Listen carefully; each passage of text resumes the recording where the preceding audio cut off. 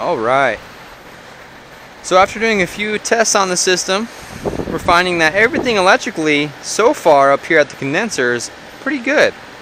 We have a new condenser fan motor. It's about a 3-year-old motor here, and it's rated for 1.9 amps, drawing about 1.6, which is okay.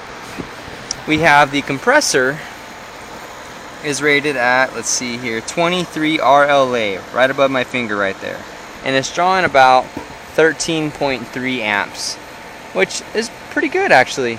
We definitely want to see our compressors drawing anywhere between 60 to 65% of their maximum running load amps rating.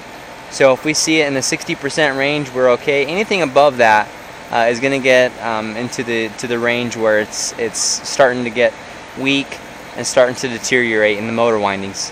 So we'll definitely keep an eye out for that. But so far everything's looking good. We have two current controllers, a 60 and a 7.5. They're both rating just fine. We have a mainline starter here. It's not burnt, not pitted, so that's okay too. There was a couple loose connections that I went ahead and already tightened, and went and took care of that, which loose connections will definitely cause problems with your system as well, so we took care of that today. Also did find some loose connections here, went ahead and tightened these up like that, and we just tighten up the low voltage connections for our thermostat wire. One problem I do see here is that we don't have any surge protection on the system. And especially on an older system like this system is 15, 16 years old. This system is more susceptible to surges than any other time in its life. It's getting old, it's weak, it can't take a power surge and be okay necessarily.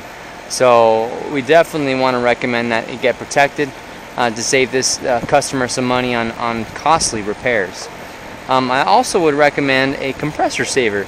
A compressor saver is going to do wonders for this aging compressor. This looks like definitely it's the original compressor of the system.